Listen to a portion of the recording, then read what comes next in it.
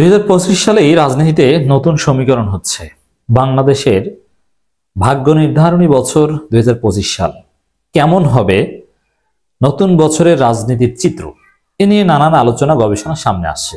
ইত্তেফাকের এরকম একটা গবেষণা আমরা বিশ্লেষণ করব, নতুন বছরে কেমন হবে রাজনীতির চিত্র।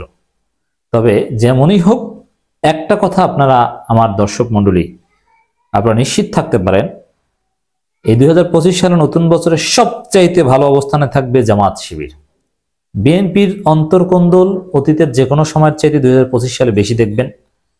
বিএনপির চাঁদাবাজি, লুটপাট এগুলো ব্যাপকভাবে প্রচার হবে।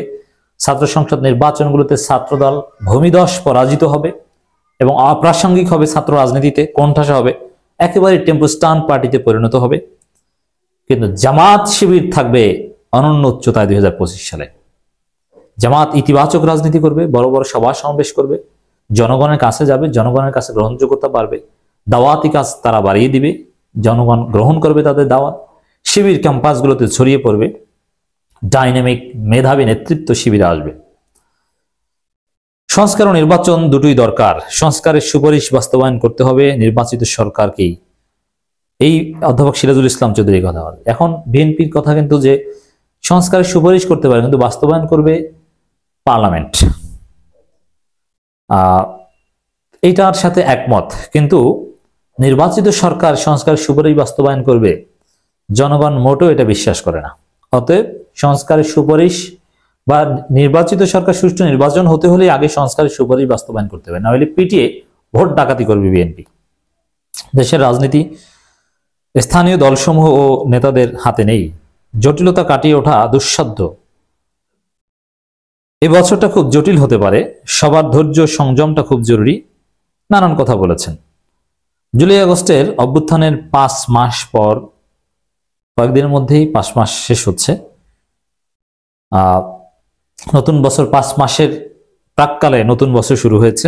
সংস্কার, জাতীয় ঐক্য, নির্বাচন, আগে সংস্কার না পরে নির্বাচন, ন্যূনতম সংস্কার করে নির্বাচন, নতুন রাজনৈতিক বন্দোবস্ত, এমন অনেক শব্দের মারপ্যাচের মধ্যেই নতুন বছরের যাত্রা শুরু দেশে। বিশেষ করে সংস্কারের পরিধি ও নির্বাচনের সময়সীমা, এই দুই ইস্যুতে অভ্যুত্থানের পক্ষের অংশীজনদের মধ্যেও বহুমত দৃশ্যমান। ছাত্র নেতৃবৃন্দ নতুন রাজনৈতিক দল গঠন প্রক্রিয়া নিয়েও হরেক আলোচনা। এসবের সঙ্গে যুক্ত হয়েছে 72 সংবিধান, জুলাই গণঅভ্যুত্থানের ঘোষণাপত্র ইস্যু, আন্তর্জাতিক অপরাধ ট্রাইব্যুনাল চলমান বিচার কাজ, অর্থনীতি এবং ব্যবসা বাণিজ্য, আইন শৃঙ্খলা পরিস্থিতিকে স্বাভাবিক ফেরানোর নিয়ে আলোচনা তো আছে। এসব দ্বন্দ্বে এবছর কেমন হবে রাজনীতির ছবি, এটা নিয়ে আগ্রহ অনেকের। এ প্রশ্নের জবাবে নানান বুদ্ধিজীবী নানান বিশ্লেষণ, নানান মত দিয়েছেন। আমরা কয়েকটা একটু বিশ্লেষণ করব। এই সিরাজুল ইসলাম চৌধুরী বলেন, কঠিন সময়ের মধ্যে অন্তর্বর্তী সরকার দায়িত্ব নিয়েছে। নতুন বছরের সবচেয়ে জরুরি রাজনৈতিক ব্যবস্থাকে জনগণের আস্থায় আনতে পারা। সংস্কার নির্বাচন দুটোই দরকার।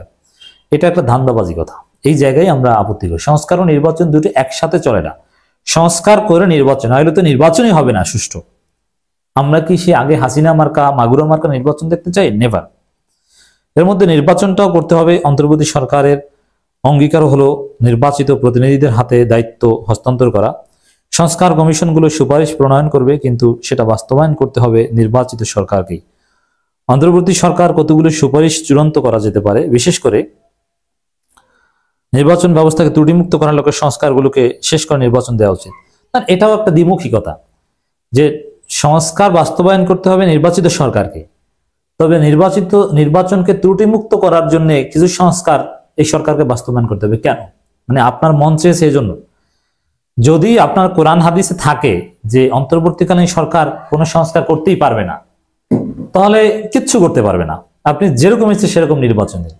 আর অন্তর্বর্তী সরকারের যদি সংস্কার করার অধিকার থাকে, তাহলে শুধু নির্বাচন কেন্দ্রিক ত্যাগ করতে পারবে কোন হাদিসে আছে, বাকিগুলো করতে পারবে না কেন? মানে আপনার মন চেয়েছে, এইসব বাটপারি কথা কোথায় পেয়েছেন? আমাদের কথা স্পষ্ট, সংস্কার এই সরকারকে করতে হবে। অন্য কোনো সরকারের প্রতি আমরা বিশ্বাস রাখিনি, তবে সংস্কার করার পর সুষ্ঠু নির্বাচনের মধ্য দিয়ে জনগণের যে সরকার প্রতিষ্ঠিত হবে, তারা ভালোভাবে দেশ চালাতে পারবে বলে আমরা আশা করি। এজন্য সংস্কার ছাড়া কোনো নির্বাচন, অমুক তমুক, এগুলো কোনো কথাই নেই, এগুলো সব ধান্দাবাজি কথা, সুষ্ঠু নির্বাচন পরিপন্থী কথা।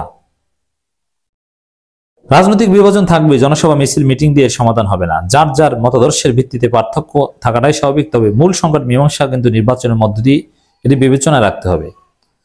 নির্বাচন, কোন নির্বাচন? সুষ্ঠু নির্বাচন। আপনি যদি সুষ্ঠু নির্বাচন চান তাহলে আগে আপনাকে সংস্কার বিষয়ে একমত হতে হবে, আর যদি সুষ্ঠু নির্বাচন না চান তাহলে বলেন যে ন্যূনতম সংস্কার বা নির্বাচন কেন্দ্রিক সংস্কার, তারপরে নির্বাচন, যাতে ডিজিটাল কারচুপি করতে পারে, সূক্ষ্ম কারচুপি করতে পারে।